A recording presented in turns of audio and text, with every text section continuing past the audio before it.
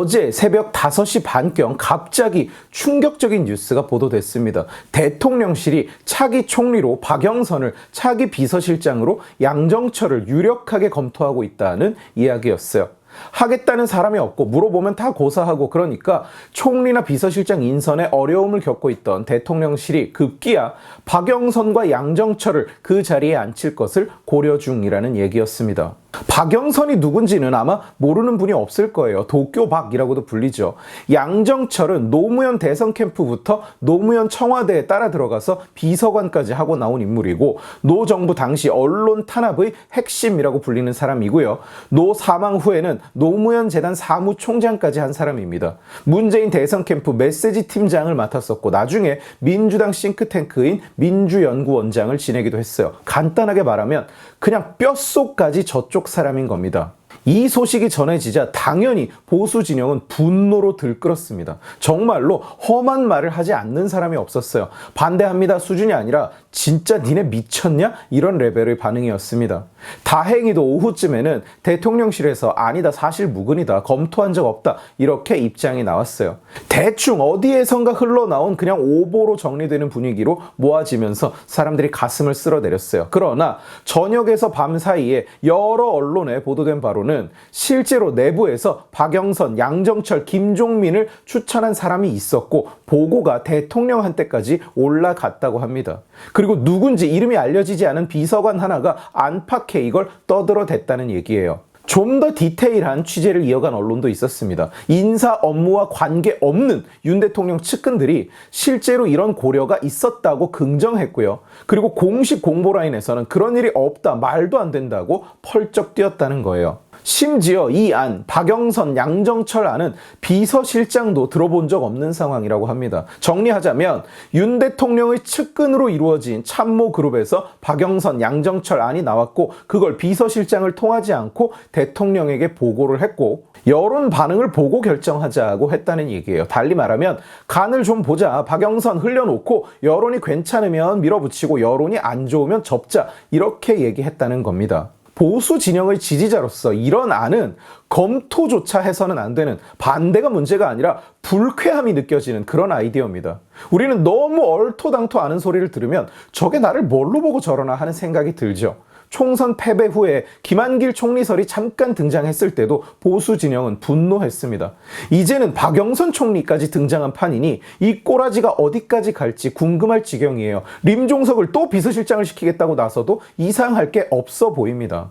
대체 그 윤 대통령 측근 참모 그룹이라는 게 어떤 저머리 끼새들로 이루어진 건지는 알 수 없으나 김한길, 박영선, 양정철이라는 카드는 여론을 보고 말고 할 게 없는 카드예요. 사실상 윤석열 대통령의 전향 선언과 같은 이야기인 겁니다. 나는 보수 진영과는 공식적으로 선을 긋고 등을 돌리겠다. 오늘부터 우리는 남이고 또한 적이다. 이렇게 선언하는 꼴인 거죠. 측근이라는 것들이 이게 윤 대통령을 어떤 꼴로 몰아 넣을지를 모른다는 말입니까? 모든 보수 지지층이 등을 돌리고 지지율 한 자리를 찍고 싶어서 발정이 났어요. 김한길 총리설부터 박영선 총리네 양정철 비서실장이네 하는 이야기가 나오는 것에는 사실 윤 대통령의 직접적인 잘못이 있는 것은 아닙니다. 어쨌든 지금 대통령실에서 나오는 이야기를 종합해보면 그 제안을 올린 것은 대통령 밑에 있는 누군가고 대통령이 하문을 한 게 아니에요. 그리고 진지하게 검토되지도 않았습니다. 그러나 저 따위 아이디어가 측근들에게서 제안이랍시고 올라가고 심지어 현 비서실장을 패스해서 올라간다는 것은 심각한 시스템의 붕괴를 말함과 동시에 대통령 주변에 얼마나 간신배 새끼들이 들끓고 있는지를 명백하게 보여주는 사건인 거예요. 이번 해프닝은 제발 해프닝으로 끝나기를 바라고 또 바랍니다만 현 정부, 현 대통령실의 고질적인 문제점을 또 한 번 보여줍니다. 방향성이 없는 것, 그리고 입 단속이 안 되는 것. 집권 초기부터 대통령실은 빵꾸난 고무장갑 마냥 여기저기서 찔끔찔끔 계속 말이 샜어요. 저도 그걸 계속 지적했죠. 왜 온갖 잡놈들이 익명으로 너도 나도 기자들이랑 인터뷰를 하고 자빠진 건지 도무지 알 수가 없어요. 대통령실의 입은 하나여야 됩니다. 정부는 하나의 목소리를 내야 됩니다. 기업들에게는 이건 당연한 상식 중 상식이에요. 회사 홍보실의 승인이 없으면 그 누구도 회사를 대신해서 인터뷰를 하거나 입장을 표명하지 않습니다. 기본 중 기본입니다. 그런데 지금 대통령실은 주댕이가 100개예요. 너도 나도지 않은 기자한테 익명으로 아무 말이나 짓거려 댑니다. 아마추어적이죠. 그리고 더 심각한 문제는 바로 방향성이에요. 제가 현 정부 초기에 그런 말을 자주 했던 것 기억하는 분들이 계실 겁니다. 이 사람을 지지하면 나라가 어떤 모습이 될 것이라는 것을 보여줘야 된다고. 그게 바로 방향성이고 또 비전이에요. 그게 정부의 정체성이 되는 겁니다. 자유를 부르짖던 대통령을 보면서 우리는 희망을 가졌었어요. 초반에 지지율이 안 나오고 힘들어하는데도 결국엔 잘 될 거라고 다들 믿고 있는 분위기였습니다. 방향이 잘 잡혀 있으니까 결국엔 잘 될 수밖에 없다고. 그런데 정작 마트 휴업 그 하나도 풀지 못했어요. 저는 그때도 실망했다는 의사 표현을 분명히 했습니다만 그래도 기다렸습니다. 아직은 안 됐지만 곧 되겠지. 그런데 2년이 지난 지금 그 정체성은 희미해지다 못해 이제는 김한길 총리냐 박영선 총리냐를 두고 골라보라고 이야기해야 되는 그런 상황인 겁니다.